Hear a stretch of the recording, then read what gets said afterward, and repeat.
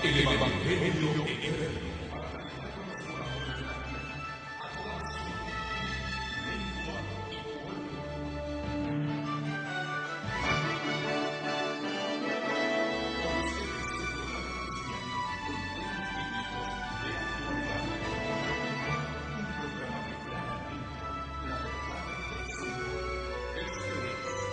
El Evangelio eterno.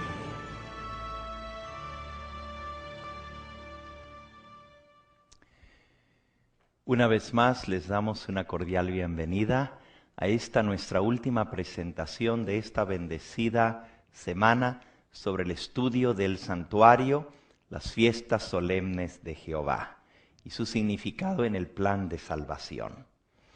Hemos visto hasta ahora las fiestas de primavera y el Pentecostés. Nos faltan ver las fiestas de otoño y su significado para el plan de salvación. Antes de abrir el Santo Libro de Dios, vamos a pedir la dirección del Espíritu Santo. Aquellos que nos puedan acompañar, vamos a postrarnos de rodillas. Los demás pueden inclinar sus rostros. También aquellos que nos ven a través de la pantalla, únanse a nosotros en la oración para pedir que el Espíritu Santo nos guíe. Amante Dios, humildemente nos postramos ante tu presencia.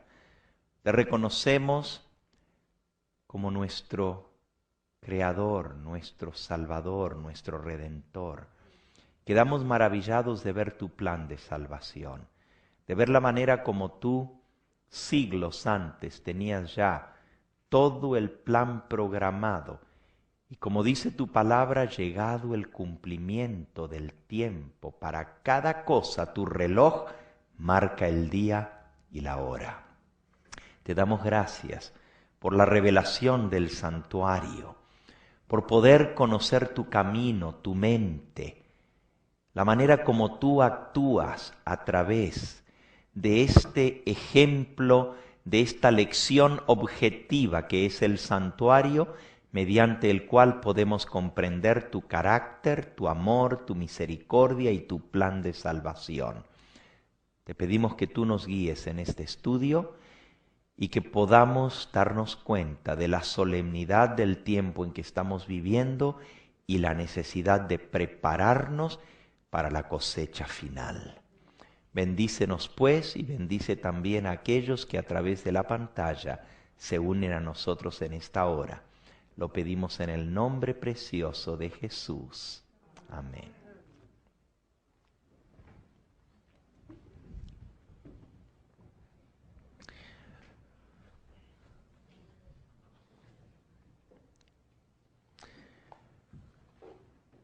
Quiero iniciar con una cita del apóstol San Pablo en el libro a los Hebreos, en el capítulo 9, donde nos habla acerca de la purificación del santuario. Dice en el versículo 22 en adelante: fue pues necesario. Vamos a leer desde el 22. Casi todo es purificado según la ley con sangre, y sin derramamiento de sangre no se hace remisión. Fue pues necesario que las figuras de las cosas celestiales fuesen purificadas así, pero las cosas celestiales mismas con mejores sacrificios que estos. Porque no entró Cristo en el santuario hecho de mano, figura del verdadero, sino en el cielo mismo para presentarse ahora por nosotros ante Dios. Y no para ofrecerse muchas veces, como entraba el sumo sacerdote en el lugar santísimo cada año, con sangre ajena. De otro modo le hubiera sido necesario padecer muchas veces desde el principio del mundo. Pero ahora, en la consumación de los siglos, se presentó de una vez para siempre, por el sacrificio de sí mismo, para quitar de en medio el pecado, Y de la manera que está establecido para los hombres que mueran una sola vez y después de esto el juicio, así también Cristo fue ofrecido una sola vez para llevar los pecados de muchos y aparecerá por segunda vez sin relación con el pecado para salvar a los que le esperan. Aquí nos habla de la purificación de las cosas celestiales. Para nosotros nos parece casi inverosímil que haya contaminación en el cielo. Podemos entender que haya contaminación aquí en la tierra de pecado, pero aquí dice que era necesario que las cosas celestiales fuesen purificadas. ¿Y qué necesita ser limpiado o purificado en el cielo? Nosotros pensamos que el cielo es un lugar de santidad, un lugar de perfecta armonía, un lugar donde todo es limpio y puro, porque la Biblia dice que no entrará ninguna cosa inmunda, ni que hace abominación o mentira. Entonces, ¿qué es lo que ha ensuciado el cielo? Ahí dice que las figuras de las cosas celestiales se purificaban con sangre en el santuario terrenal. Y habla de que el sumo sacerdote entraba todos los años con sangre ajena para hacer la purificación del santuario. Eso era el Yom Kippur, el día de la purificación o el día de la limpieza, el día del juicio, Yom Kippur. La sexta fiesta del santuario era cuando el sumo sacerdote entraba detrás del velo para purificar.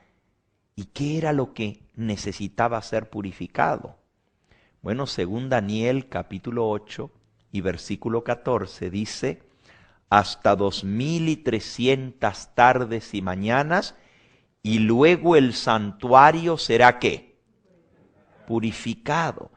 Así como el santuario terrenal se contaminaba con la sangre que llevaba el registro del pecado, que durante todo el año los pecadores confesaban y el sacerdote llevaba esa sangre al santuario y ahí la esparcía, esto contaminaba el santuario y necesitaba ser purificado. En el libro de Levítico, en el capítulo 16, nos explica de ese día solemne, de esa fiesta solemne del día de expiación. Y nos habla acerca de cómo el sumo sacerdote tenía que entrar detrás del velo. Dice así, el día de la expiación se titula este capítulo.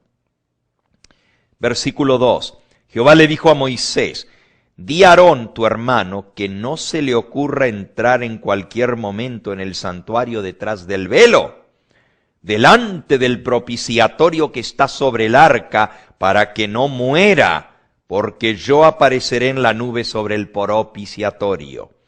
Con esto entrará Aarón en el santuario, con un becerro para expiación y un carnero para el holocausto. Se vestirá la túnica santa de lino, y sobre su cuerpo tendrá calzoncillos de lino.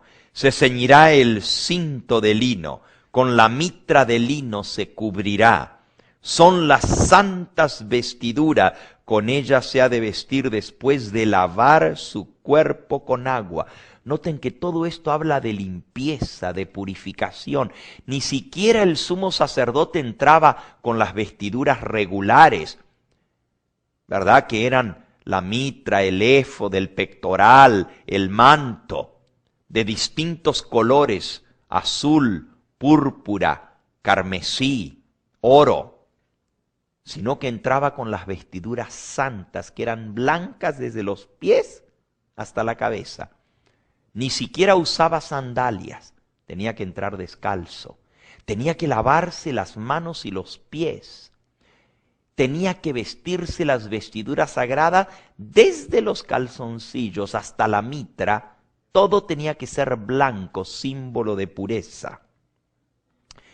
Y luego dice el versículo 5, de la congregación de los hijos de Israel tomará 2 machos cabríos, uno para expiación y otro para el holocausto. Y hará traer Aarón el becerro de la expiación, que es suyo, y hará la reconciliación por sí y por su casa. ¿Se acuerdan lo que leímos en Hebreos esta mañana? Que los sacerdotes tenían que primero ofrecer sacrificios por sus propios pecados y los de su casa.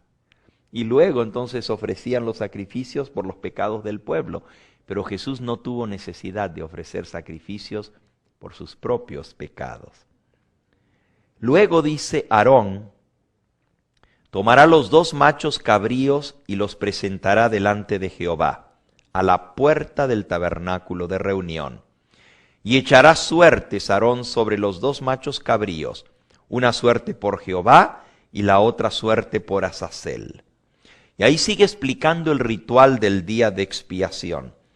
Pero lo que yo quiero hacer notar, antes de estudiar estas fiestas de otoño, es que dice en el versículo 16 de Levítico 16, así purificará el santuario a causa de las impurezas de los hijos de Israel, de sus rebeliones, de todos sus pecados. De la misma manera hará también al tabernáculo de reunión, el cual reside entre ellos en medio de sus impurezas. Ningún hombre estará en el tabernáculo de reunión cuando él entre a hacer la expiación en el santuario, hasta que él salga y haya hecho la expiación por sí, por su casa y por toda la congregación de Israel.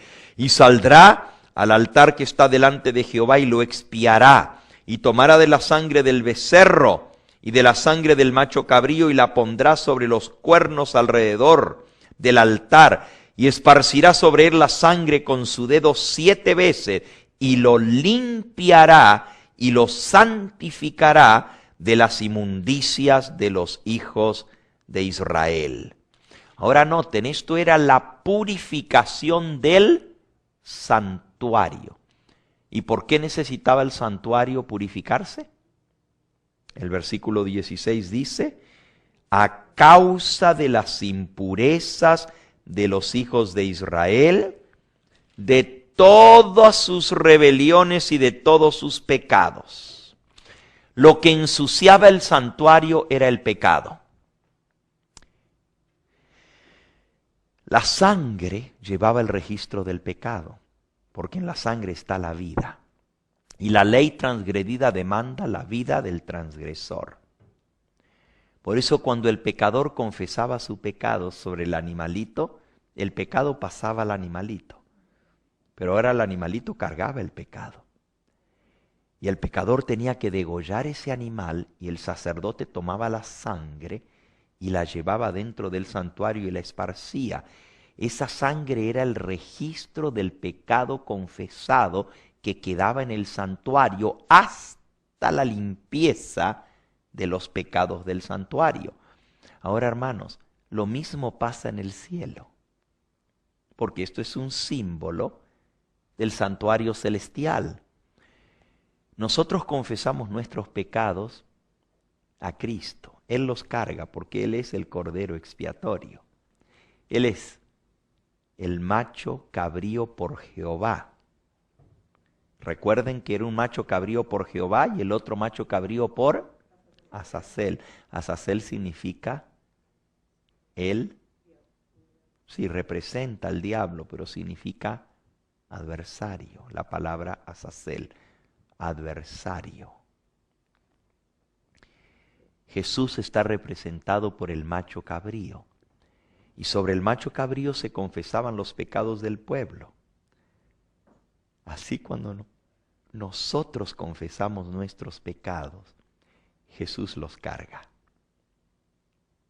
Pero así como el macho cabrío tenía que ser muerto, Jesús tuvo que morir por nosotros.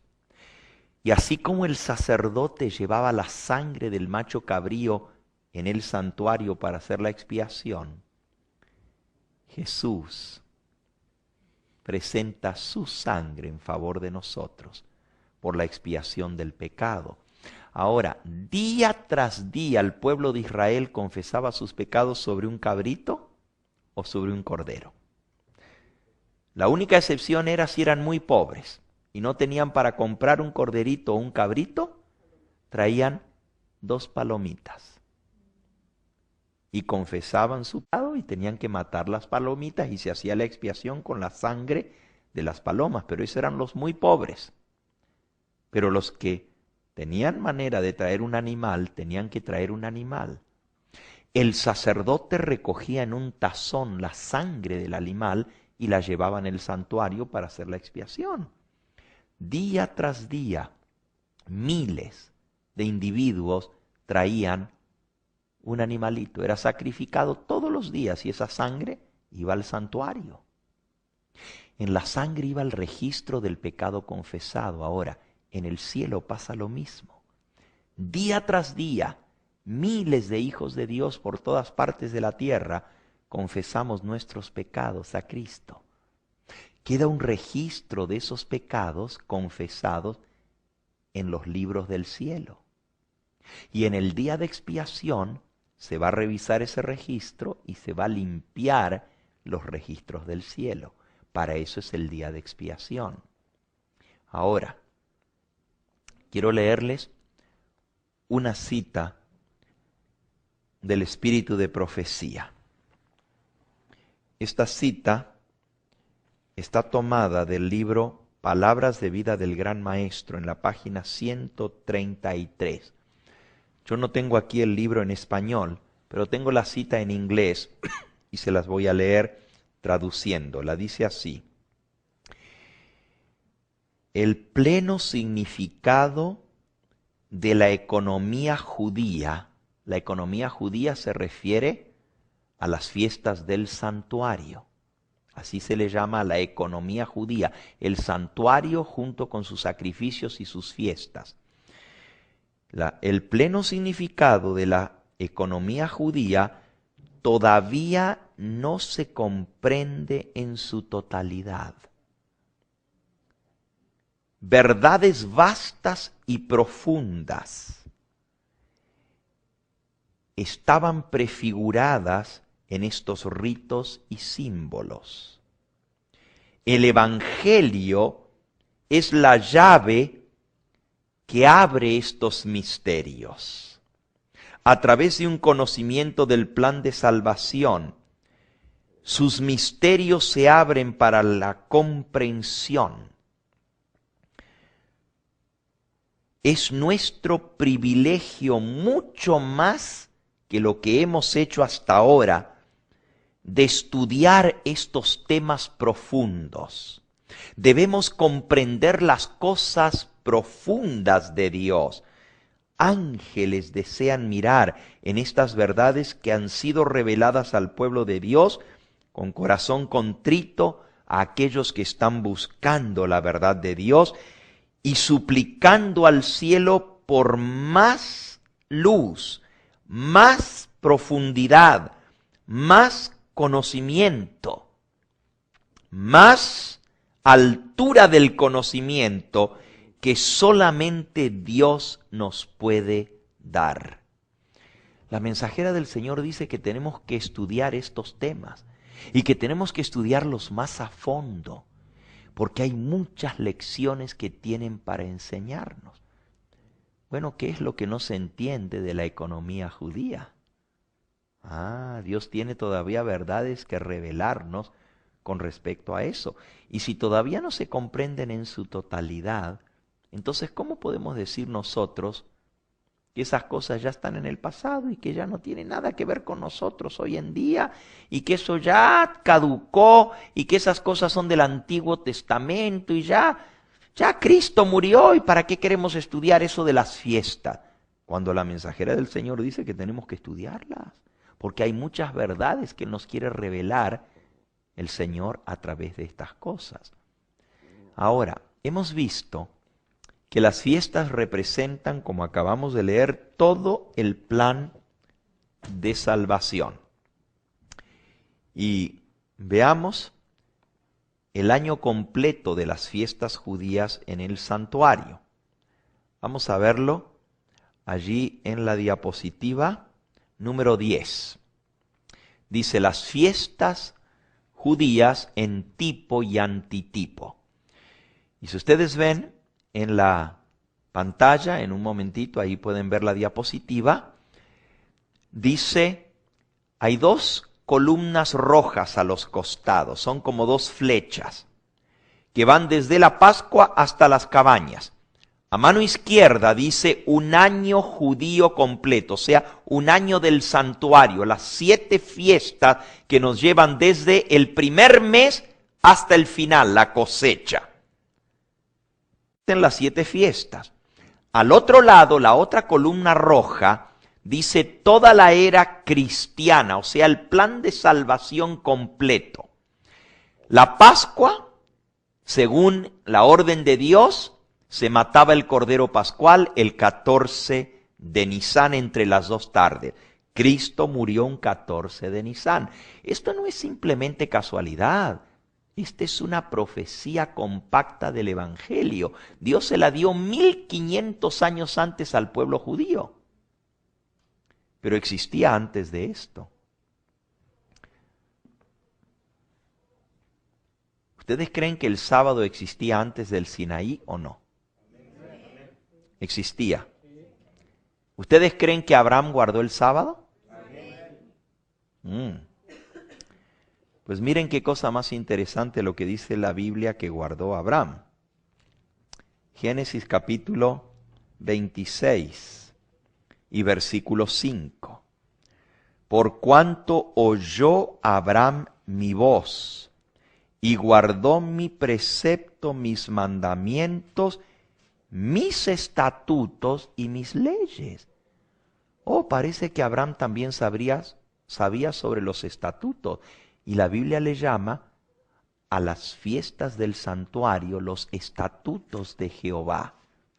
Quiere decir que ya existían en el tiempo de Abraham. Es más, existían desde la entrada del pecado. Porque Dios le reveló el plan de salvación en tipo y símbolo a Adán y Eva en el jardín del Edén. ¿Qué acaso Abel no ofreció un cordero sobre el altar? Pero Caín trajo del fruto de la tierra y Dios no lo aceptó. ¿Por qué? Porque no era de acuerdo a las instrucciones que Dios había dado. ¿Ustedes creen que Dios nomás les dio una instrucción a medias o se la habrá dado completa? Los estatutos de Jehová vienen desde la entrada del pecado, desde el mismo comienzo. Los sacrificios por el pecado vienen desde la puerta del Edén, junto con estas fiestas establecidas. Ahora, el 14 de Nisán prefiguraba la muerte de Cristo. Y Cristo murió en la fecha señalada por el calendario divino, un 14 de Nisán. El 15 de Nisán era el primer día de los panes sin levadura. Cristo descansó en la tumba ese día. ¿Por qué? Porque era día de reposo. Así como Él descansó al terminar la creación el 7º día, también Él descansó al terminar la redención en ese sábado, que coincidió sábado solemne y sábado del 7º día. 2 fiestas se juntaron en el mismo día, la fiesta semanal y la fiesta anual del primer día solemne de los panes sin levadura. Cristo descansó en la tumba. Cristo resucitó, como ya vimos, el 16 de Nisán. Si se fijan otra vez en el chart que tenemos allí, dice, tercera fiesta, las primicias, 16 de Nisán. Representa la resurrección de Cristo, ese domingo 16 de Nisán. La cuarta fiesta, el Pentecostés. 50 días más tarde, el 6 de Sivan. Exactamente en el día de Pentecostés, Cristo fue entronizado en el cielo. Por eso fue derramado el Espíritu Santo. Fue el ungimiento de Cristo, donde fue ungido como sumo sacerdote y donde comenzó a oficiar en el santuario celestial. Todo esto se cumplió no solamente en el símbolo de lo que representaba, pero también en la fecha que señalaba el ritual simbólico. Conflicto de los siglos, página 450. Estos símbolos se cumplieron no solo en cuanto al acontecimiento, sino también en cuanto al tiempo señalado en el ritual. O sea, nos está diciendo, la Pascua decía que iba a morir el Cordero Pascual, pero Cristo no nomás murió como Cordero Pascual, murió un día de Pascua. Murió el mismo día que se mataba el Cordero Pascual, a la misma hora que se lo mataba. La gavilla de las primicias representaba la resurrección de las primicias, Cristo y los que resucitaron con Él. Pero no nomás representaba la resurrección. Cristo lo resucitó como primicia, pero resucitó en el día de las primicias. En el mismo día que se ofrecía la gavilla mecida y resucitó con la gavilla de los que resucitaron con Él. O sea que Él cumplió no solo lo que simbolizaba la fiesta, pero también la fecha exacta, la cumplió en el día exacto. O sea, esto era un mapa de la operación de Dios. Las fiestas eran el calendario divino, era el mapa del plan de redención y cuándo iban a suceder estos eventos. Cristo ascendió al cielo y fue entronizado como sumo pontífice, como estaba representado la ratificación del pacto que sucedió 50 días más tarde en el día de Pentecostés. Y no solamente Cristo fue entronizado y fue hecho sumo sacerdote según el orden de Melquisedec y se sentó a la diestra de Dios como estudiamos esta mañana el día de Pentecostés. No solamente cumplió lo que prefiguraba la fiesta, pero también en la fecha exacta del Pentecostés lo cumplió. Ahora miren lo que dice en la página 451. Asimismo, los símbolos que se refieren al segundo advenimiento. Las primeras 3 fiestas tenían que ver con su primer advenimiento. Las últimas 3 fiestas giran en torno a su segundo advenimiento.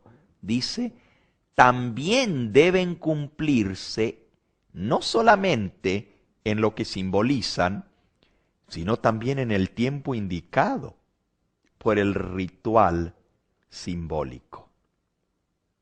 ¡Wow! Las fiestas de otoño se cumplen en la fecha exacta que señala la fiesta. Sigo leyendo. Bajo el régimen mosaico, la purificación del santuario, o sea, el gran día de expiación, el Yom Kippur, caía en el 10º día del 7º mes. Dios señaló la fecha. No se podía celebrar en cualquier día, tenía que ser en la fecha que Dios había señalado. ¿Por qué? Porque era una profecía de la realidad que iba a ser el plan de redención. Sigo leyendo. El día de expiación caía en el 10º día del 7º mes judío, cuando el sumo sacerdote, habiendo hecho expiación por todo Israel y habiendo quitado así sus pecados del santuario, salía a bendecir al pueblo. Así se cumplió el 22 de octubre. Dice, el 10º día del 7º mes, el gran día de expiación, el tiempo de la purificación del santuario, el cual en el año 1844 caía el 22 de octubre, fue considerado como el día del juicio. Solo que ellos pensaban que ya iba a ser el juicio ejecutivo, que el Señor iba a venir a hacer juicio en la tierra y a destruir a los impíos. Pensaban que era la venida del Señor. Pero la mensajera del Señor dice que esto estaba de acuerdo con las pruebas de que los 2300 días terminarían en el otoño. Y por eso llegaron a la conclusión que tenía que ser el 22 de octubre la venida del Señor, porque en ese día era el día de expiación. Lo que no entendieron era que había una fiesta más, la fiesta de las cabañas. Esa representa la venida del Señor. Pero la fiesta de expiación representaba el juicio previo a la venida del Señor. Eso lo entendieron después de que pasó el suceso. Y si ustedes siguen leyendo este capítulo, van a ver cómo Dios les reveló la verdad del santuario.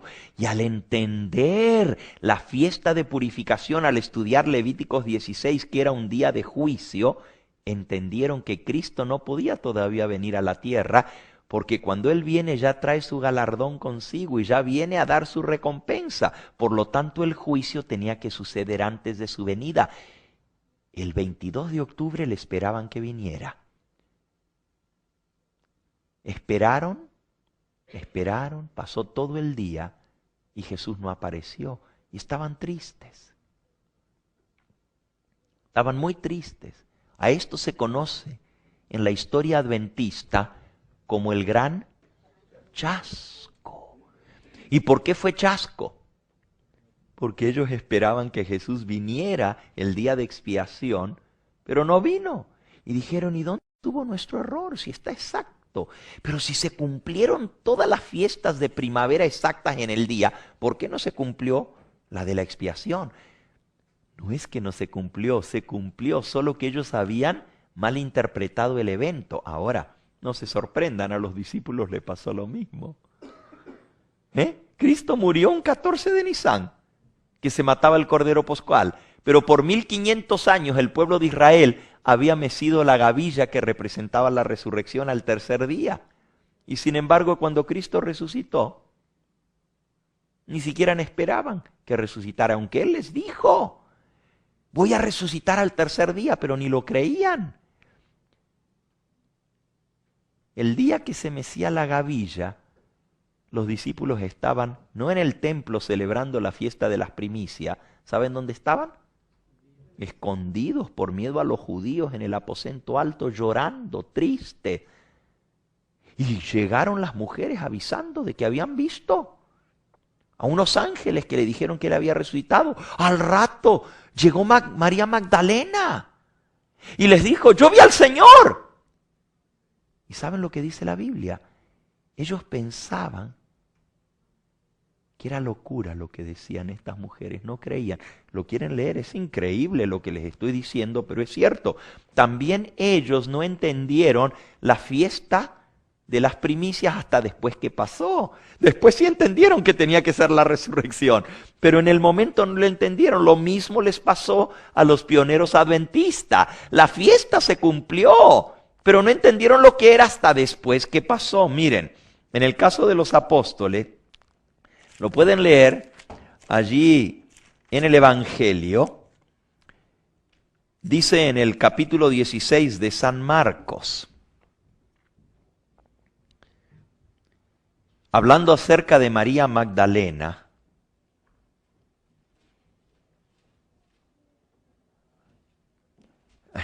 primero se les había aparecido los ángeles a las mujeres. Eso está en el capítulo 16, que vinieron al sepulcro y vieron a un joven vestido de ropa blanca dentro del sepulcro. Y él les dijo, no os asustéis, versículo 6, buscáis a Jesús Nazareno, al que fue crucificado, ha resucitado, no está aquí, mirad el lugar donde lo pusieron.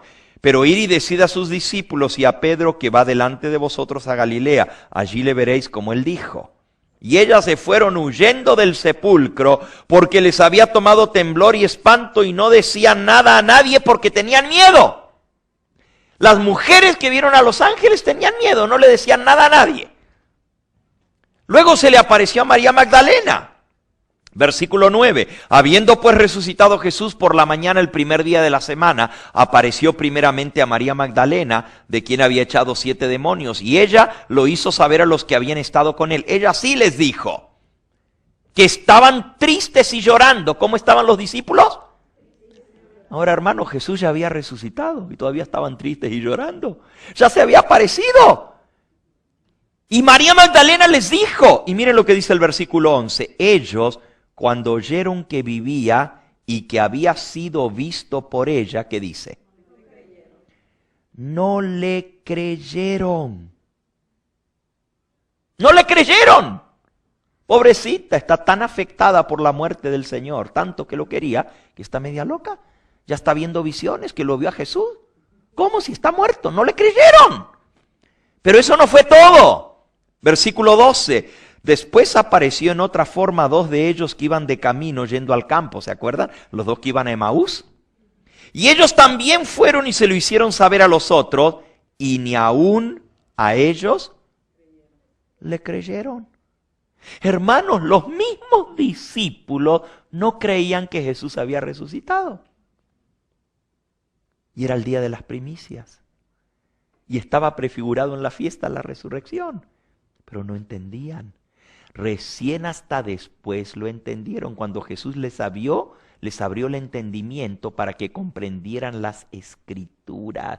Y les dijo, así está escrito en Moisés. Y les mostró por el Torá, por los libros de Moisés, por el santuario que él tenía que resucitar al tercer día. Dice, díganme, ¿qué día se mata el Cordero Pascual? Pues el 14 de Nisan. ¿Y qué día murió el Señor? Todavía no sabían que era Él, estaban sentados a la mesa, ¿se acuerdan? Y les abrió el entendimiento, esto es San Lucas 24, y les dijo, ¿qué día se mata el Cordero Pascual? Pues el 14 de Nisan. ¿Y qué día murió el Señor? Pues el 14 de Nisan. Pues no ven que Él murió como Cordero. Oh, entonces tenía que morir. Nosotros pensábamos que Él no iba a morir, que iba a ser rey de Israel. No, estaba dicho. Y les mostró, les abrió las Escrituras y les llevó al libro de Levítico y al libro de Éxodo, porque dice que comenzó por Moisés y luego fue por todos los demás profetas explicándole lo que decían acerca de él. Y luego les dijo, ¿y qué día se ofrece la gavilla mecida? Pues el segundo día de la fiesta de los panes sin levadura. ¿Y qué día es eso desde la Pascua? El tercer día. 14, 15 y 16. Pues estaba escrito que al tercer día tenía que resucitar la gavilla. Y los discípulos, ¡oh! Pero entonces eso es lo que significa. Y dice que les abrió el entendimiento y ahí comprendieron que era necesario. Eso lo pueden leer en San Lucas, en el capítulo 24. Miren, es increíble. Pero no lo entendían, hermano. Las fiestas las habían celebrado y no las entendían.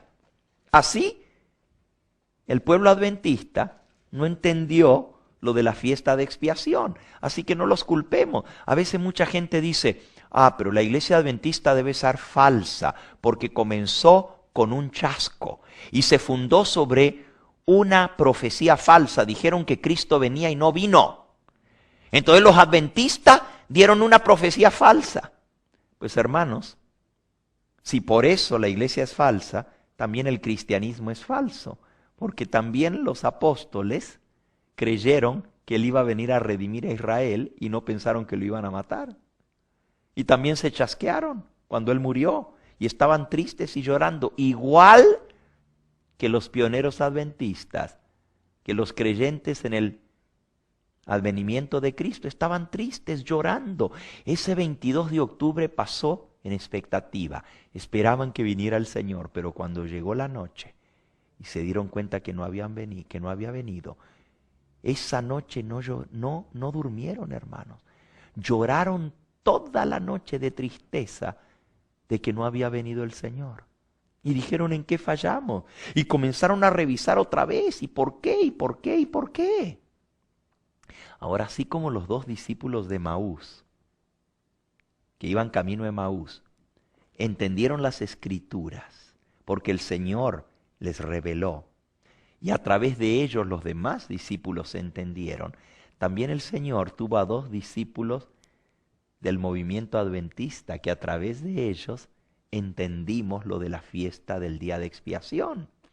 Miren qué interesante. En Lucas 24 dice que iban de camino, iban platicando entre sí. Los ojos de ellos, versículo 16, estaban velados para que no lo conocieran. Jesús se puso en medio de ellos, iba caminando, pero no lo reconocieron. Versículo 17, y les dijo, ¿qué pláticas son estas que tenéis entre vosotros mientras caminad? ¿Por qué estáis tan tristes? ¿Cómo estaban los discípulos? Tristes. Y dijeron, uno de ellos que se llamaba Cleofas, ¿eres tú el único forastero en Jerusalén que no ha sabido de las cosas que en ellas han acontecido en estos días? Y él les dijo, ¿qué cosas? Y ellos le dijeron, de Jesús Nazareno, que fue varón profeta, poderoso en obra y en palabra delante de Dios y de todo el pueblo, y cómo lo entregaron los principales sacerdotes y nuestros gobernantes a sentencia de muerte, y lo crucificaron. Pero nosotros esperábamos que Él era el que había de redimir a Israel. Y ahora, además de todo esto, hoy es el tercer día de que todo esto ha acontecido.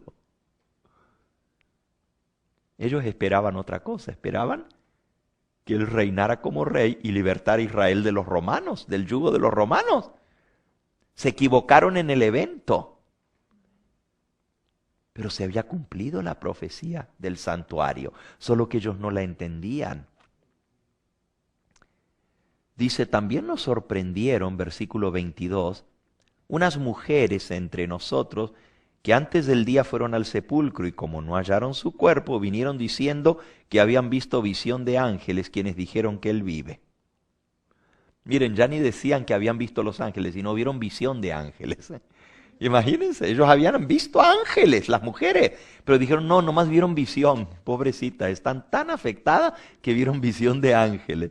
Dice, y aún fueron algunos de los nuestros al sepulcro y hallaron así como las habían dicho, pero a Él no lo vieron. Y miren lo que les dijo Jesús. Oh insensatos y tardos de corazón para creer todo lo que los profetas han dicho. ¿No era necesario que el Cristo padeciera estas cosas y que entrara en su gloria? Y comenzando desde Moisés y siguiendo por todos los profetas, les declaraba en todas las escrituras lo que de Él decían. Hermanos, Jesús comenzó ¿por dónde? Por Moisés. Él les predicó el Evangelio según Moisés. Moisés. ¿Y a dónde dice Moisés que Cristo tenía que padecer y morir? ¿A dónde dice Moisés que Cristo tenía que resucitar al tercer día? En el único lugar que Moisés habla de eso es cuando Dios le reveló las fiestas del santuario. No está en ninguna otra parte. Ustedes pueden leer desde Génesis hasta Deuteronomio, los 5 libros de Moisés, y ahí no dice nada del Mesías que tenía que morir y resucitar al tercer día, a menos que usted los vea ¿dónde? En el santuario, en las fiestas del santuario. Y Jesús les abrió el entendimiento para que comprendieran las fiestas del santuario, porque ahí estaba dicho lo de Él, estaba profetizado que tenía que morir un 14 de Nisan, que tenía que resucitar un 16 de Nisan. Todo estaba en el santuario. Oh, dice, pero todavía no lo reconocían a Él. Y llegaron a la aldea donde iban. Saben, a mí me hubiera encantado estar con Cleofas y su amigo para escuchar el estudio bíblico de Jesús de las fiestas. ¡Ay, qué tremendo! Imagínense si yo hubiera podido escuchar lo que Jesús explicó. Nos podemos imaginar un poquito ahora que entendemos un poco más de las fiestas, lo que Jesús les explicó.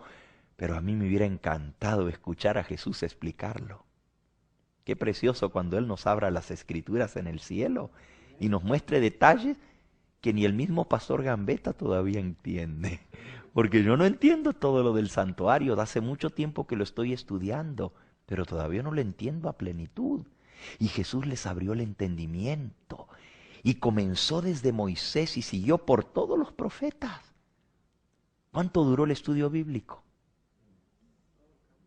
Todo el camino, hermano, desde que salieron de Jerusalén hasta que llegaron a Emaús.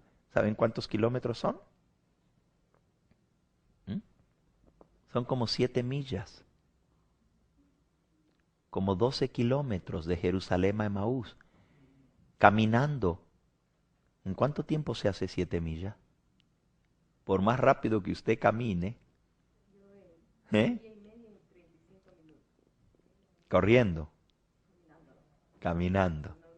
Bueno, por lo menos estamos hablando de 3, 4 o 5 horas caminando en medio de la montaña, porque ahí es pura montaña. Yo fui por ese camino que va de Jerusalén a Emaús y son pura montaña. Hay que atravesar toda la montaña para llegar a Emaús.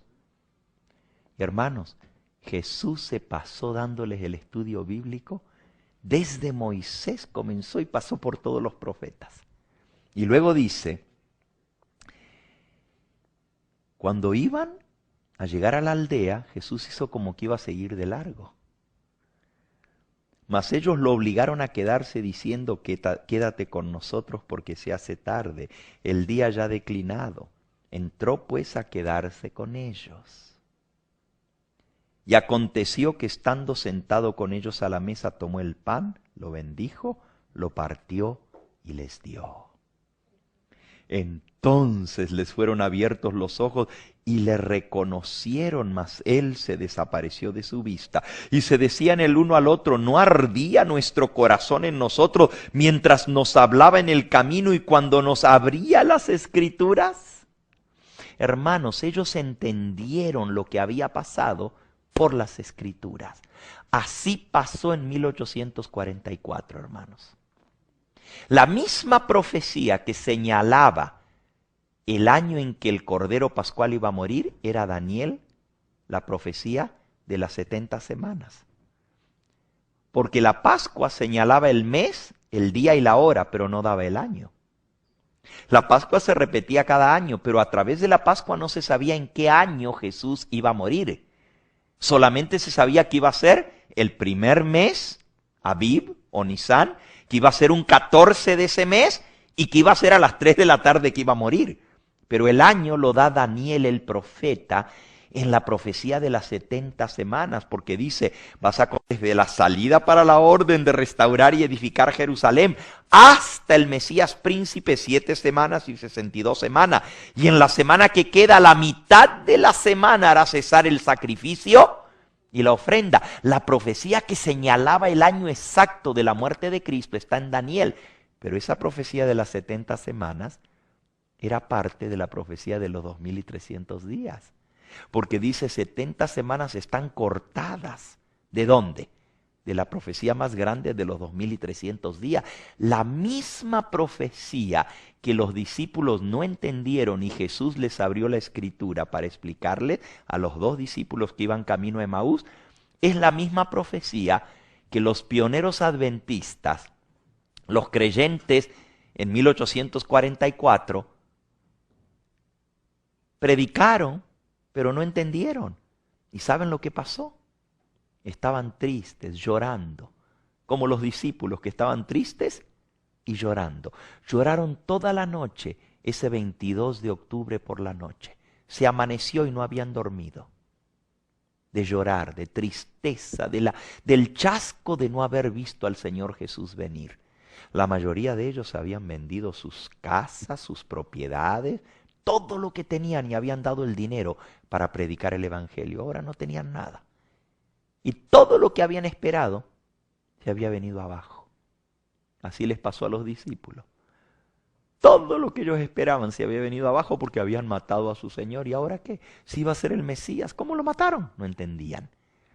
Pues en 1844 Dios también usó a 2 discípulos suyos que iban de camino por el campo. Las cosas no son por casualidad, son preciosas, hermano. La historia se vuelve a repetir y no debemos perder esos detalles que son únicos. 2 de ellos, uno se llamaba Hiram Edson y el otro se cree que puede haber sido Crozier, aunque la historia adventista no lo registra, pero Crozier fue el primero que escribió un artículo explicando la purificación del santuario y el juicio investigador. Y Elena de White dijo que Dios le había mostrado a Crozier la verdad sobre el día de expiación. Y que lo que él escribió en ese artículo le fue dado por Dios. ¿Cómo sucedió? Tempranito por la mañana, el 23 de octubre, en el estado de Nueva York, estos dos, Hiram Edson y posiblemente Crozier, no digo que fue él porque no hay confirmación en la historia, pero muchos creen que puede haber sido Crozier. Los dos que iban de camino para reunirse con otros creyentes adventistas que habían pasado por el chasco. Iban tristes, llorando. Y se iban a reunir en un barn, o sea, en un... ¿En una qué? Granero, en un granero.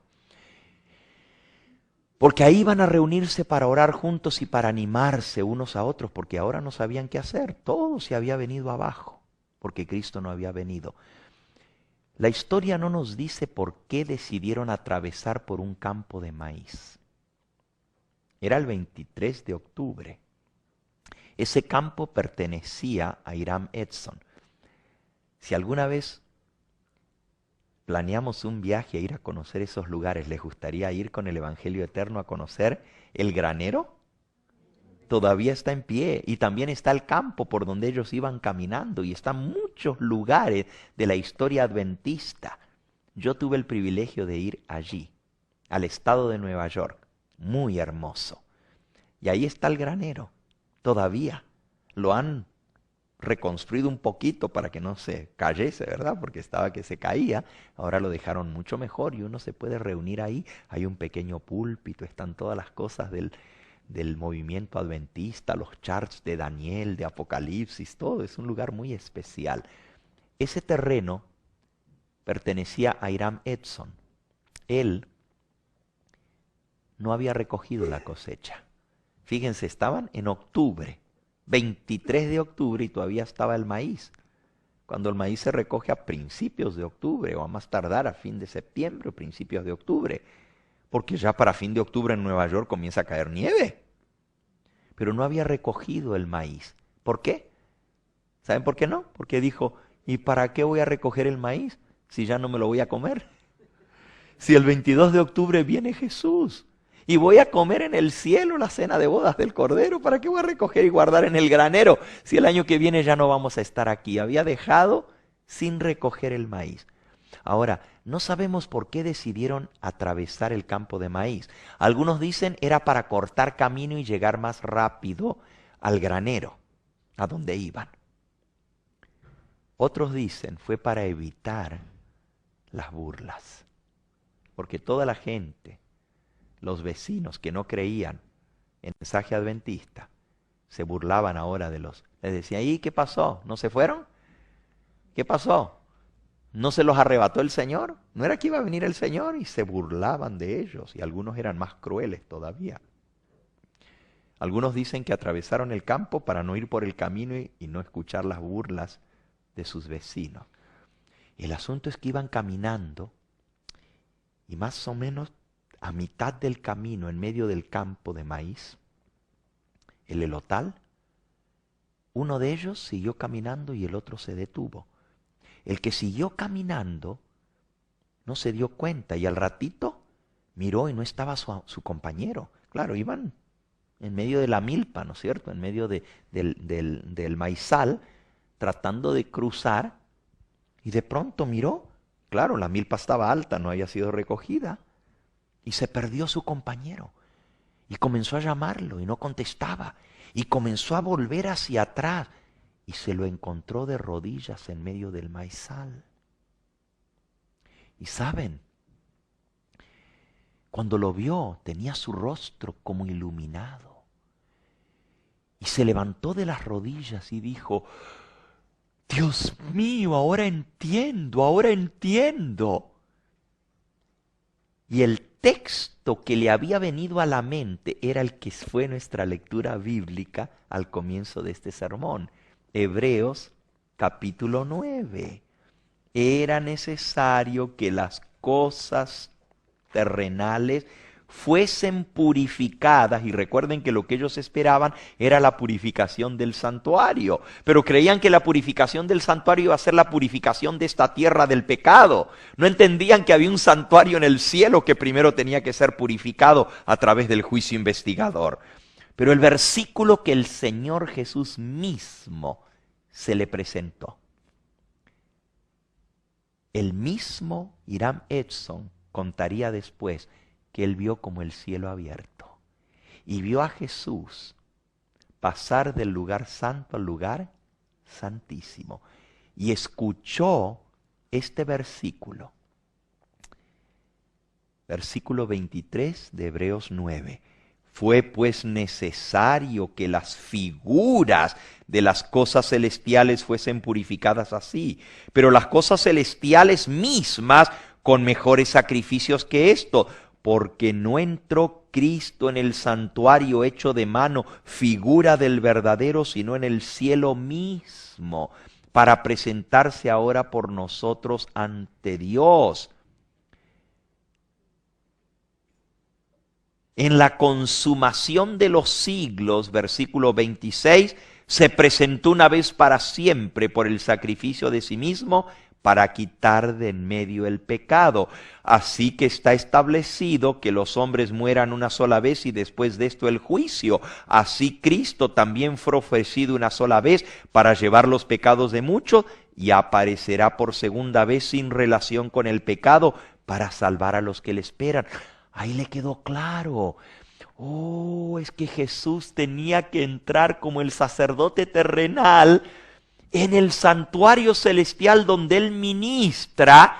Tenía que entrar en el lugar santísimo para purificar el santuario, para entonces poder venir por segunda vez, porque los hombres tienen que primero ser juzgados antes de que Cristo aparezca por segunda vez sin relación con el pecado a salvar a los que le esperan.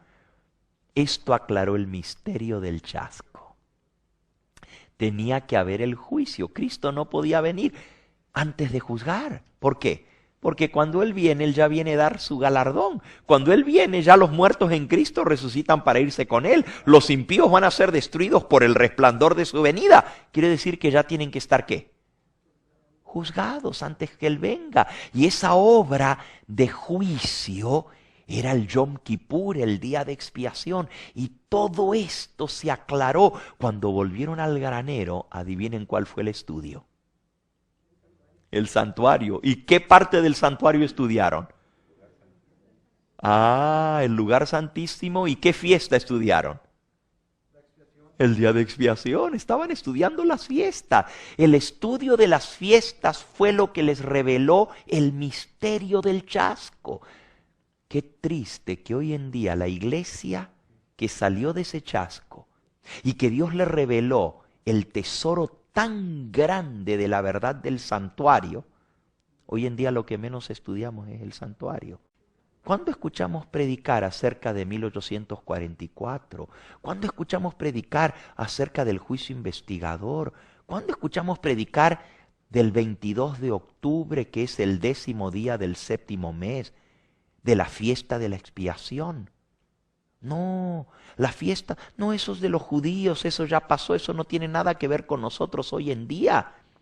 Y la iglesia que fue levantada basada en las fiestas, porque esa fue la base de la iglesia adventista, lo que explicó el chasco, hoy en día se ha olvidado de sus raíces.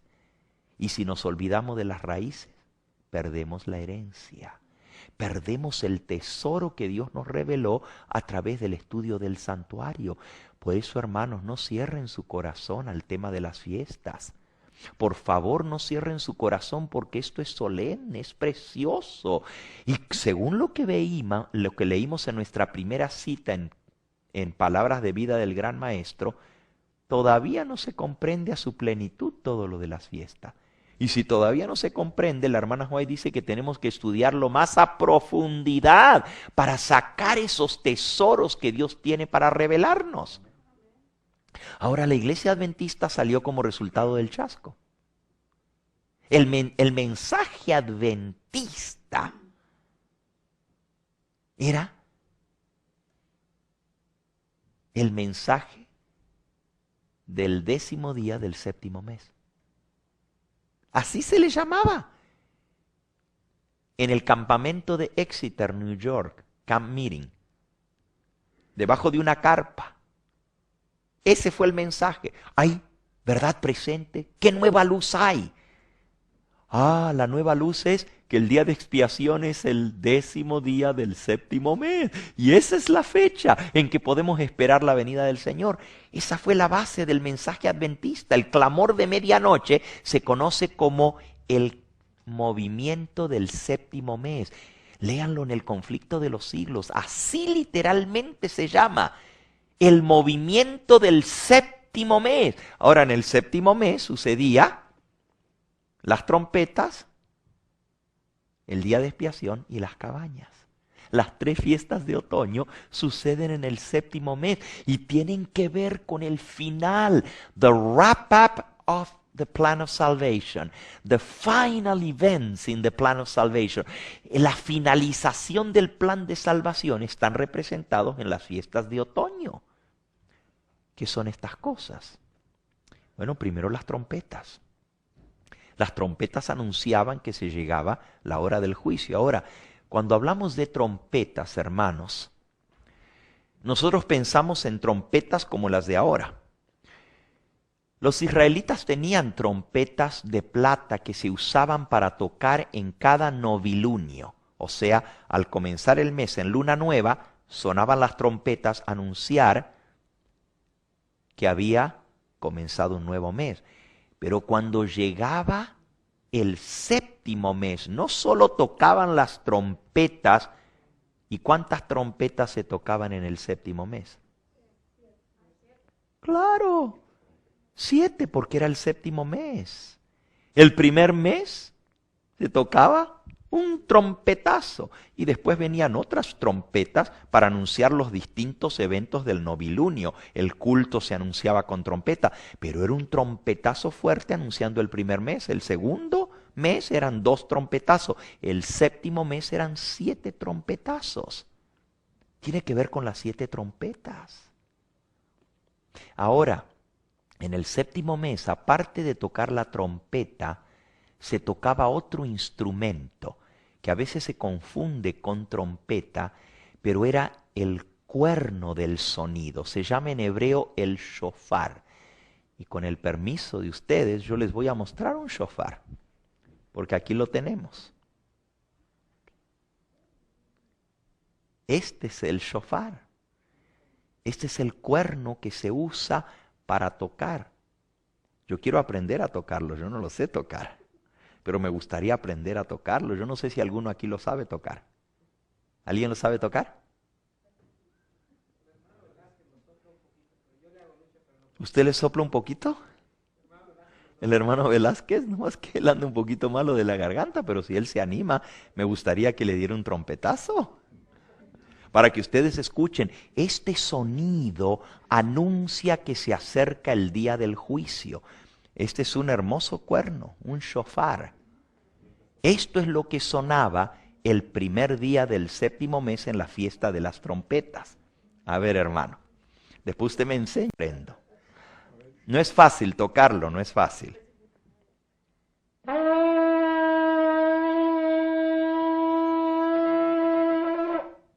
Amén. Es un sonido profundo. Muchas gracias, lo tocó muy bien, ¿verdad? Es un cuerno, pero miren cómo suena, como una trompeta. Por eso se le llama la fiesta de las trompetas, pero lo que sonaba era el shofar, que anunciaba que se acercaba el juicio. Ahora, eso era el novilunio, el primer día del 7º mes, luna nueva. Cuando comenzaba el mes, el shofar. ¿Le trato? No sé cómo se pone ni la boca, pero vamos a ver. ¿Solo se sopla? No es tan fácil, ¿verdad?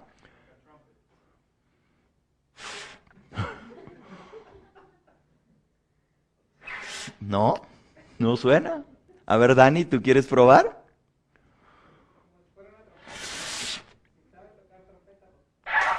No, yo no sé tocar trompeta. Mi hijo sí sabe tocar la trompeta. Bueno, toca el saxofón, a ver si le sale. A ver si le sale. Pero mire qué bonito que lo tocó el hermano Velázquez.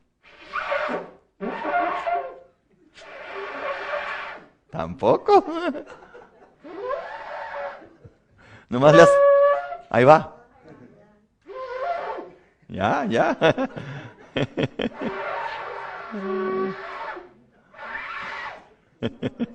No está tan fácil, ¿verdad? Ahí va. Ahora sí. Qué bueno, qué bueno. Yo voy a tener que aprender a tocarlo, me gusta. Pero saben, hermanos, la tocada del shofar anunciaba que se acercaba el día de expiación y que todos tenían que hacer arreglos, porque si les tocaba el día de expiación y sus pecados no habían sido transferidos al santuario, cuando se limpiaba el santuario de todos los pecados del pueblo de Israel, no se podían limpiar los pecados de ellos, porque no habían sido confesados y no se habían transferido al santuario. Por eso sonaba el shofar. Esa era la fiesta de las trompetas o la fiesta del shofar. Los hebreos le llaman Rosh Hashanah. Rosh Hashanah, que quiere decir el primero del séptimo mes. Primero del séptimo mes. Rosh Hashanah. Hasta el día de hoy los judíos la celebran sonando el shofar. Ahora, sí. ¿Esto tiene relación con lo del ángel con el libro de Apocalipsis 10? Tiene relación con con los ángeles de Apocalipsis 8, hermano. Y también cuando dice en Apocalipsis 10:4, cuando los 7 truenos hubieron emitido sus voces, yo iba a escribir, pero oí una voz del cielo que me decía, sella las cosas y los 7 truenos que han dicho y no las escribas. Y después más adelante es donde dice, toma el libro y cómelo. Sí. En tu boca será dulce. Claro, todo eso tiene relación con el movimiento adventista, claro que sí, pero las trompetas suenan un poquito antes. Están en el capítulo 8 del libro de Apocalipsis. Ahora escuchen, hermanos. ¿Cuándo sonaba el shofar? ¿Qué día era? El día primero del séptimo mes. ¿Cuántos días antes?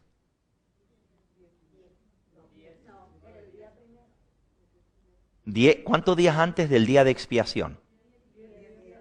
Muy bien, 10 días antes. Ahora, miren qué interesante.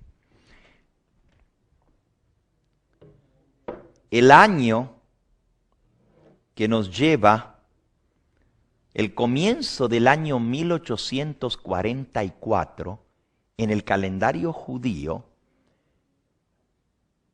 comienza en realidad en el año 1843 para terminar en el año 1844. ¿Me explico? Porque el calendario judío no comienza el 1 de enero, comienza en Abib, que es marzo o abril. Así que comenzó en 1843 y llevaba hasta 1844. 10 años antes, en 1833, Dios hizo sonar una trompeta, un shofar. ¿Saben lo que pasó en 1833? ¿Nunca han oído hablar de lo que pasó 10 años antes? ¿Sí saben o no? Dios hizo sonar una trompeta de advertencia que venía el juicio. ¿Y cuál fue esa trompeta de advertencia? Hermanos, esto es parte del movimiento adventista. Historia. ¿Qué pasó el 13 de noviembre del año 1833? 10 años antes, porque en profecía un día es ¿qué? Un año. 10 días son 10 años. ¿Qué pasó 10 años antes de que llegara la fecha del día de expiación? ¿Qué pasó? ¿Ninguno de ustedes sabe lo que pasó el 13 de noviembre del año 1833? Exactamente, fue la lluvia de meteoritos, la caída de estrellas. Hermanos, eso fue algo espectacular. Se vio una caída de estrellas tan espectacular porque la Tierra pasó por en medio de la órbita de los Pléyades. Las Pléyades son estrellas fugaces que vienen regularmente cada 33 años. La Tierra pasa por en medio y se ven esas lluvias de estrellas, pero ese año fue fenomenal. Fue tanta la cantidad de estrellas que la gente se espantó de ver desde las 9 de la noche hasta el amanecer. Eran estrellas fugaces, meteoritos, porque las estrellas fugaces son meteoritos que cayeron en abundancia y pareció un espectáculo. El cielo parecía como el 4th of July con los fuegos artificiales. Así, se iluminó todo el cielo. Fue impresionante. La gente comenzó a decir, ¿qué quiere decir esto? Y comenzaron a estudiar las profecías y vieron que esto señalaba que iba a suceder justo antes de la venida de Cristo. Cristo había dicho, habrá señales en el sol, en la luna y en las estrellas. Ya había pasado el día oscuro y ahora sonó el trompetazo de la caída de estrella, anunciando que se acercaba el día de Yom Kippur, 10 días antes, o sea, 10 años antes en profecía. ¿Qué más sucedió en 1833? Bueno, Guillermo Miller había descubierto la profecía de Daniel, pero él no se atrevía a predicarla. Pero cuando vino la caída de estrellas y la gente quería saber de profecía, él dijo, bueno, voy a compartirlo porque aquí está la prueba de que ya la venida del Señor se acerca y que mis conclusiones son correctas. En 1843 decía él al principio. Después entendieron que era en el 7º mes que los llevaba hasta el año 1844, al mes de octubre. Pero ellos entendían que iba a ser en 1843 primero, 10 años antes. Y comenzó a predicar, o sea, comenzaron a sonar las trompetas del primer ángel. Y luego sonó la trompeta del segundo ángel, anunciando. La trompeta del primer ángel decía, temed a Dios y dadle gloria porque la hora de su juicio ha llegado. Y adorad a aquel que hizo el cielo, la tierra, el mar y las fuentes de las aguas. Las trompetas anunciaban que llegaba la hora del juicio. Y eso fue lo que hizo Guillermo Miller, proclamar el mensaje del primer ángel. Ahora, esto se cumplió. Vayamos a nuestro diagrama en la diapositiva número 10. Y miren ustedes, la fiesta de las trompetas, en esa diapositiva, señala, si ustedes alcanzan a ver los dibujitos que están allí, en nuestro diagrama, la diapositiva número 10. La Pascua, 14 de Nisan, ustedes ven una puerta manchada con sangre. Y al otro lado ven la cruz, porque representaba la muerte de Cristo. La fiesta de los panes sin levadura, ven una bandeja con panes sin levadura y ven la sepultura de Cristo. La fiesta de las primicias, el 16 de Nisan, ven la gavilla y al lado ven la resurrección, la tumba vacía. La fiesta del Pentecostés, ven los 2 panes con levadura que se presentaban, la cosecha, y entonces ven la entronización al otro lado y el Espíritu Santo descendiendo.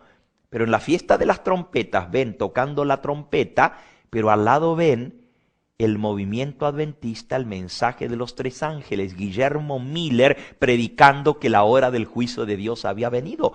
Todo esto se cumplió en nuestra historia. Nosotros no podemos olvidar esta historia, hermano, porque es parte de nuestro movimiento adventista. Son las raíces de nuestro movimiento. El pueblo que se olvida de su historia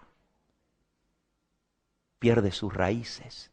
Las nuevas generaciones que vienen no saben por qué somos adventistas. No saben lo que nuestra iglesia pasó y lo que costó llegar a tener este mensaje tan precioso.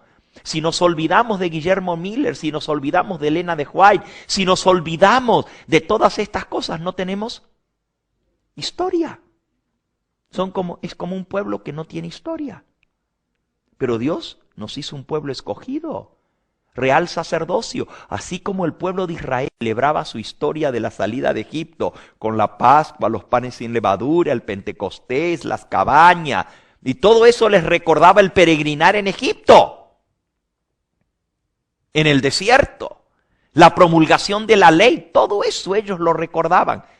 ¿Cómo nosotros como pueblo adventista no vamos a recordar estas fechas que son tan solemnes para nosotros, que marcaron el comienzo de nuestra iglesia. ¿Están entendiendo por qué es tan importante este tema de las fiestas? No lo podemos tomar livianamente, porque perdemos nuestra herencia.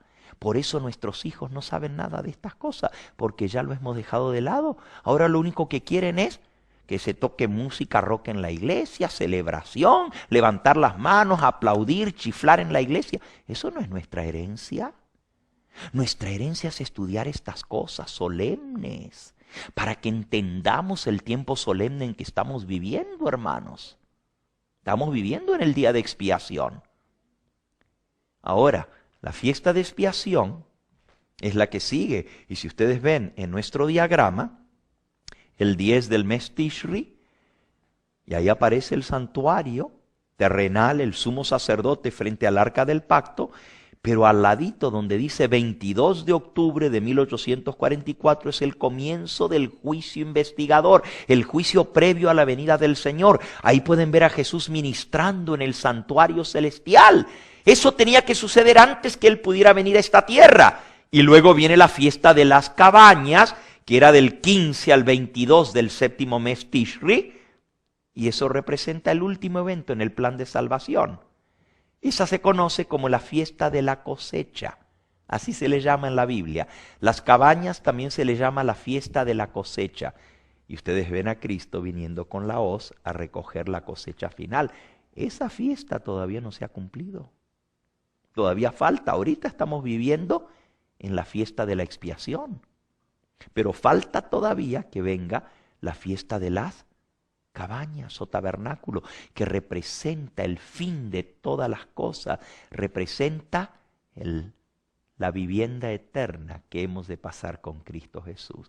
Cuando termine nuestro peregrinar, la fiesta de las cabañas no se celebró en el desierto, y no se celebró en el desierto porque no necesitaban celebrar la fiesta, la estaban viviendo. Vivían en cabañas todos los días, pero cuando llegaron a la tierra prometida, Dios dijo, ahora van a celebrar la fiesta para que no se les olvide de dónde vienen. Ustedes vienen de andar 40 años en el desierto, viviendo en carpas. Pues sus hijos, para que nunca se olviden esto, van a vivir en cabañas. Y cuando sus hijos les pregunten ¿y por qué? Cuéntenles por qué. Cuéntenles que por tantos años estuvieron peregrinando en el desierto. Así también nosotros, dice el libro de Zacarías, que vamos a celebrar la fiesta de las cabañas en la tierra nueva. Vamos a leerlo. Zacarías, está justo antes de Malaquías. Zacarías. Aquí habla de esa última gran batalla que se va a celebrar. Aquí está hablando de la tercera venida de Cristo a esta tierra cuando Él asiente sus pies sobre el monte de las olivas. Dice el versículo 3, y después saldrá Jehová y peleará contra aquellas naciones, como peleó en el día de la batalla. No me pierdan Zacarías 14, pero vamos a leer Apocalipsis capítulo 20. Apocalipsis 20. Dice el versículo 7. Cuando los 1000 años se cumplan, Satanás será suelto de su prisión y saldrá a engañar a las naciones que están en los 4 ángulos de la tierra, a Gog y a Magog, a fin de reunirlos para la batalla, el número de los cuales es como la arena del mar. Subieron sobre la anchura de la tierra y rodearon el campamento de los santos y la ciudad amada, y de Dios descendió fuego del cielo y los consumió. Ahora, hermanos, el día de expiación terminaba cuando el sumo sacerdote salía del santuario, buscaba el macho vivo, el macho que no había sido muerto en expiación, sino el macho cabrío de Azazel, que representaba a Satanás. Y el sacerdote, el sumo sacerdote, traía todos los pecados de la limpieza del santuario sobre sí. Colocaba sus manos arriba del chivo, no el chivo expiatorio, porque ese ya había muerto y se había hecho la expiación con esa sangre, sino sobre el macho cabrío vivo, que representaba al adversario, a Satanás, y colocaba sus manos sobre ese animal. Eso está en Levíticos capítulo 16. Y les menciono esto porque es importante entender, para poder entender ahora también la fiesta de las cabañas. Dice Levítico capítulo 16, versículo 20, cuando hubiere acabado de expiar el santuario y el tabernáculo de reunión y el altar, cuando termine el día de expiación, hará traer el macho cabrío vivo, y pondrá Aarón, el sumo sacerdote, sus 2 manos sobre la cabeza del macho cabrío vivo, y confesará sobre él todas las iniquidades de los hijos de Israel, todas sus rebeliones y todos sus pecados, poniéndolos así sobre la cabeza del macho cabrío, y lo enviará al desierto por mano de un hombre destinado para esto. Y aquel macho cabrío llevará sobre sí todas las iniquidades de ellos a tierra inhabitada, y dejará ir el macho cabrío por el desierto. ¿Saben lo que representa eso? Algunos dicen, los adventistas creen que el diablo es el que carga el pecado de nosotros, que él paga por nuestro pecado. No. El macho cabrío vivo nunca se mata. Escuchen bien, para haber expiación por el pecado no se puede hacer sin derramamiento de sangre. Por lo tanto, nunca ese macho cabrío puede representar a Cristo, porque es mandado vivo al desierto. ¿Qué representa eso? Al final del día de expiación. Así como Aarón colocaba las manos sobre el macho cabrío, miren lo que hace Cristo cuando sale del santuario y se apresta para venir a esta tierra. Primeros escritos,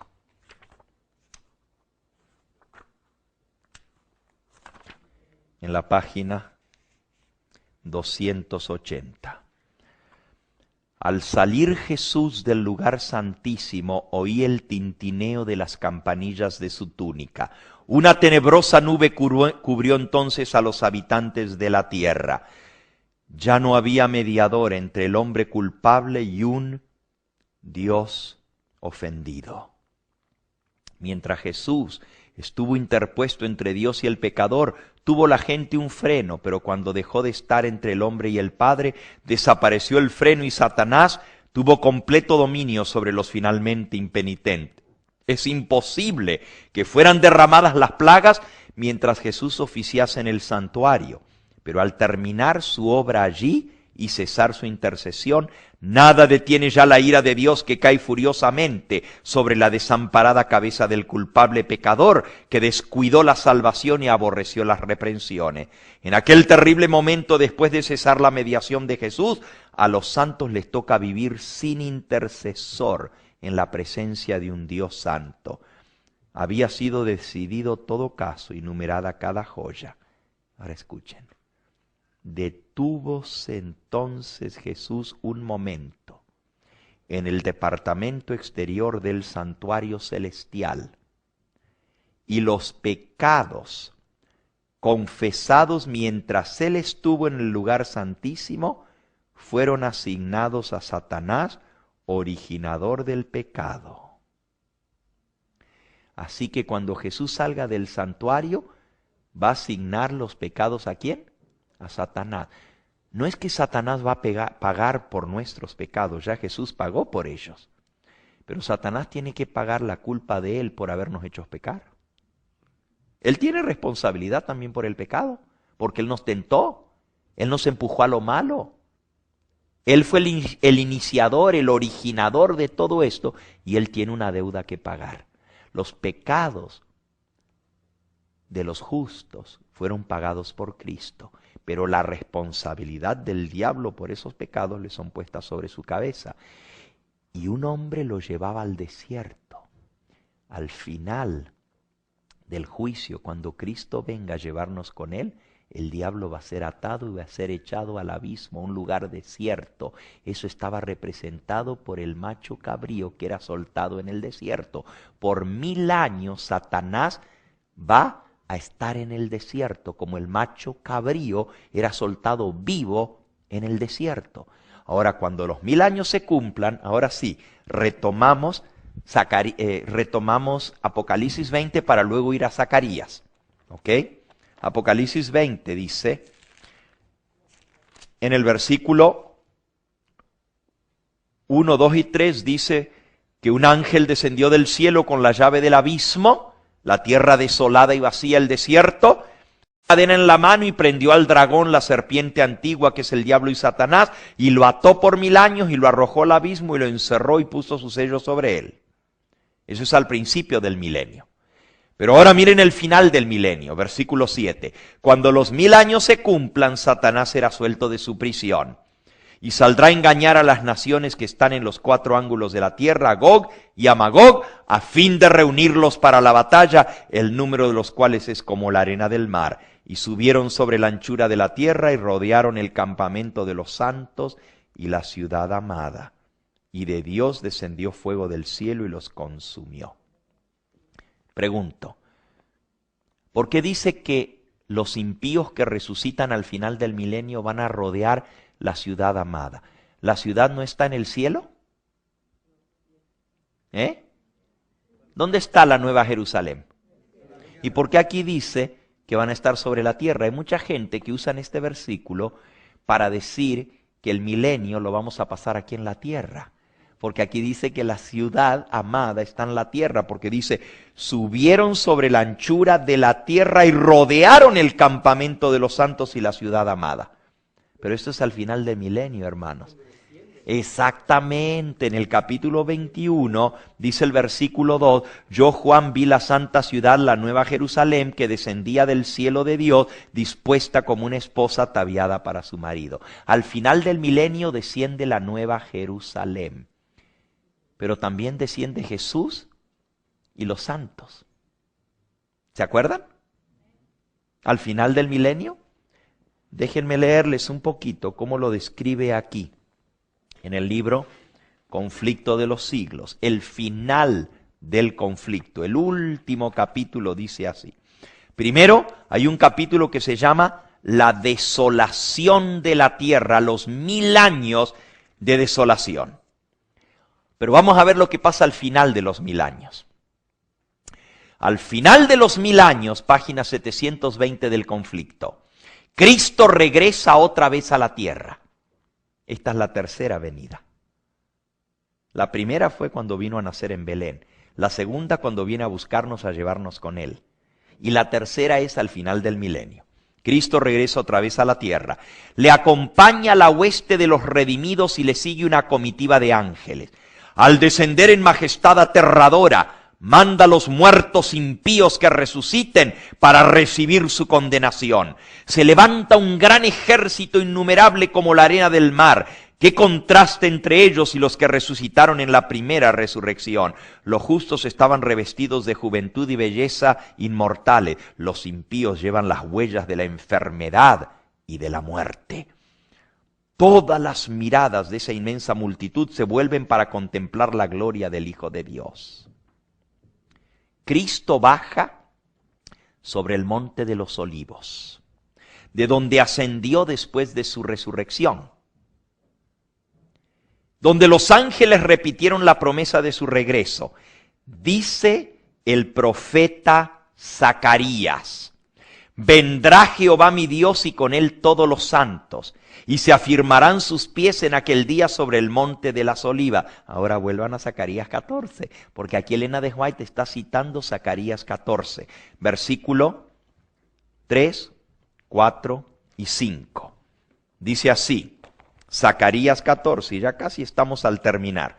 Yo sé que el tiempo ha transcurrido, pero por lo menos queremos tocar apenitas las fiestas de otoño, la última fiesta que es la fiesta de las cabañas. Dice así, versículo 3, después saldrá Jehová y peleará con aquellas naciones como peleó en el día de la batalla. ¿Quiénes son aquellas naciones? Gog y Magog, los enemigos de Dios, los impíos que han resucitado al final de los 1000 años. Sigo leyendo. Y se afirmarán sus pies en aquel día sobre el monte de los olivos, que está frente de Jerusalén al oriente. Y el monte de los olivos se partirá por en medio hacia el oriente y hacia el occidente, haciendo un valle muy grande. Y la mitad del monte se apartará hacia el norte y la otra mitad hacia el sur. Y huiréis al valle de los montes, porque el valle de los montes llegará hasta Sal. Huiréis de la manera que huisteis por causa del terremoto en los días de Usías, rey de Judá. Y vendrá Jehová mi Dios, y con él todos los santos.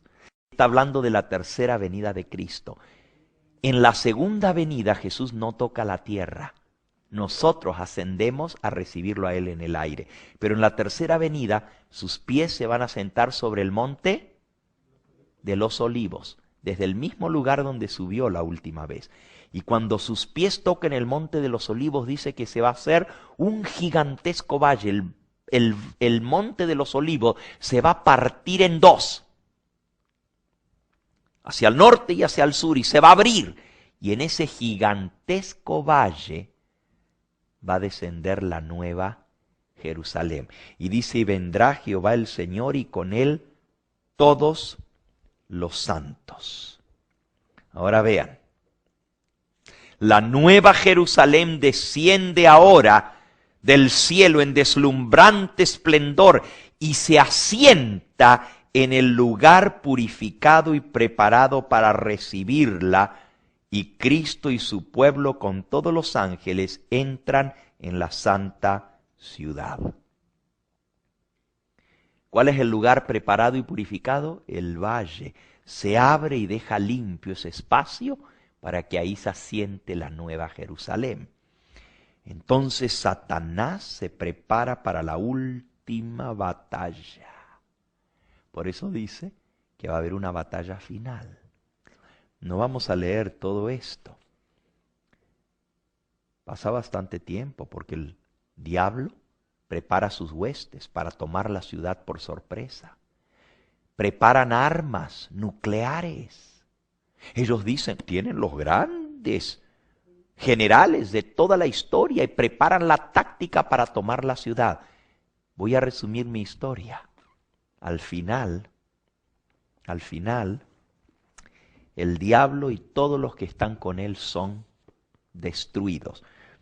Dice allí, acontecerá también en aquel día, estoy leyendo en Zacarías capítulo 14, dice, Jehová saldrá a pelear en aquel día como peleó en la batalla. Versículo 6, y acontecerá que en ese día no habrá luz clara ni oscura. Será un día el cual es conocido de Jehová, porque no será ni de día ni de noche. Pero sucederá que al caer la tarde habrá luz. Y acontecerá también en aquel día que saldrán de Jerusalén aguas vivas, y la mitad de ellas hacia el mar oriental y la otra mitad al mar occidental en verano y en invierno. Y Jehová será rey sobre toda la tierra. En aquel día Jehová será uno y uno será su nombre. Sin embargo, dice que van a morar en Jerusalén. La tierra se volverá como la llanura desde Geba hasta Rimón al sur de Jerusalén, y será enaltecida y habitada en ese lugar desde la puerta de Benjamín hasta el lugar de la puerta primera, y ahí sigue explicando lo grande que va a ser ese valle. Versículo 11, morarán en ella y no habrá nunca más maldición, sino que Jerusalén será habitada confiadamente.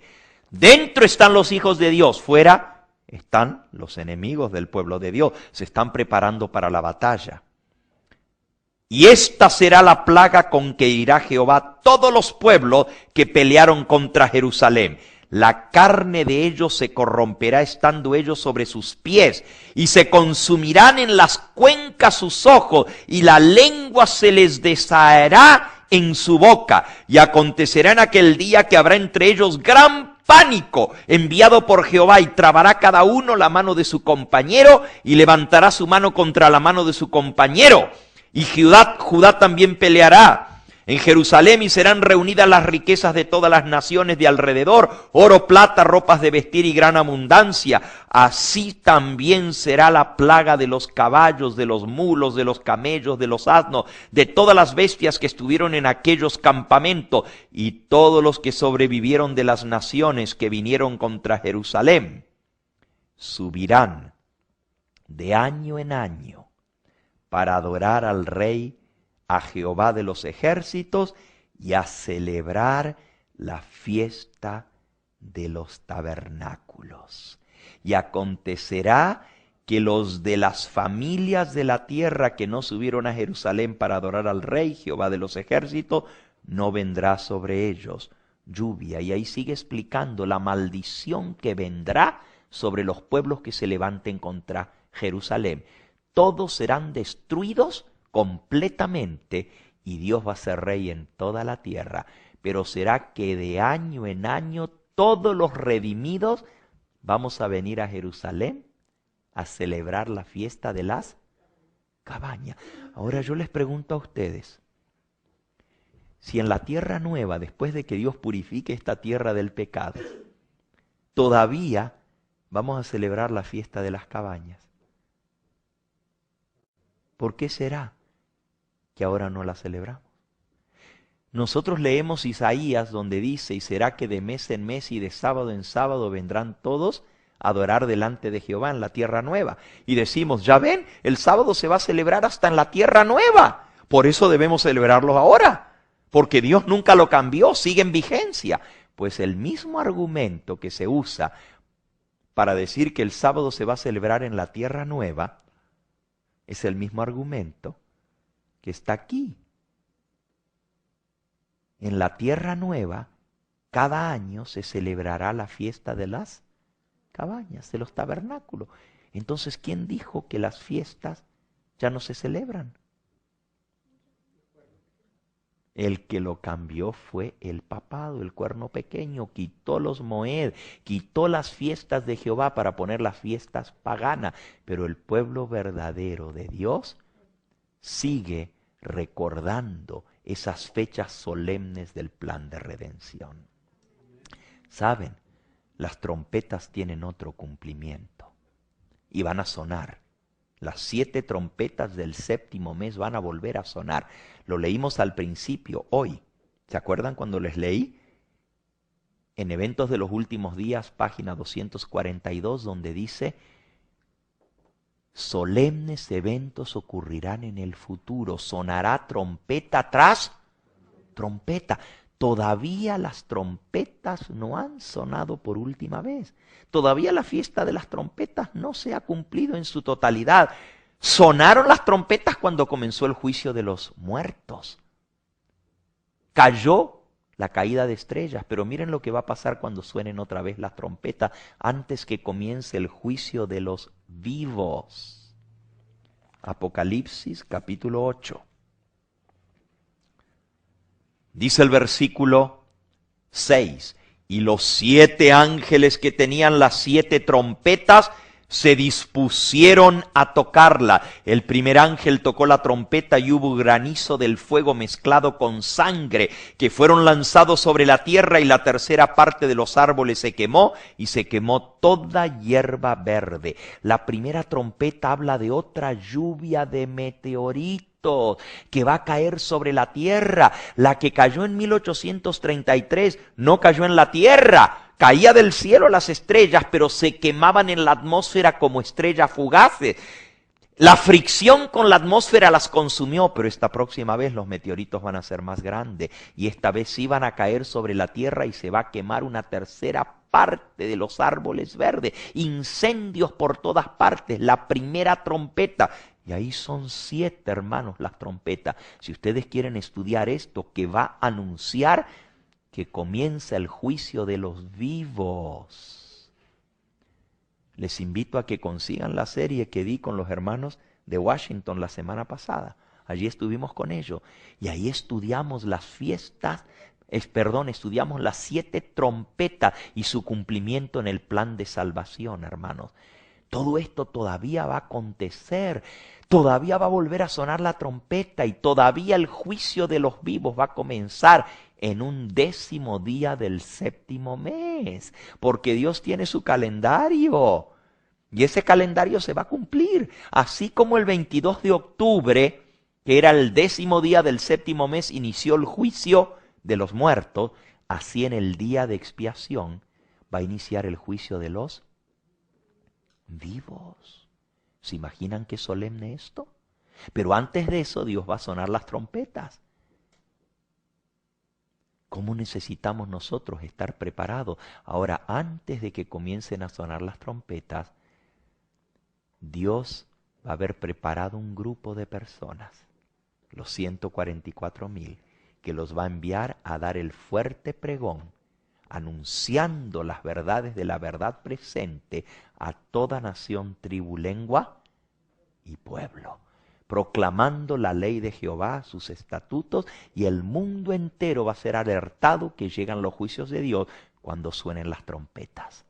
Yo quiero ser parte de ese grupo especial, de los 144,000 que van a enseñar la verdad de Dios en el tiempo. Señor, que cada uno de los que estamos aquí seamos parte de ese grupo especial, que podamos ser obedientes a tus mandatos, guardar tus mandamientos, tus estatutos y tus leyes, para así poder ser usados por el Espíritu Santo, para terminar el fuerte pregón del mensaje del tercer ángel, el movimiento del 7º mes, de las fiestas de Tishri, que han de traer la culminación de la historia de este mundo. Señor, sabemos que otra vez va a sonar el fuerte clamor a medianoche. He aquí viene el esposo, salid a recibirle, que nosotros seamos los que proclamemos ese clamor de medianoche. Sella este mensaje en nuestra vida y danos, Señor, tu paz, tu shalom a cada uno de nosotros. En el nombre precioso de Jesús lo agradecemos. Amén, Señor. Amén.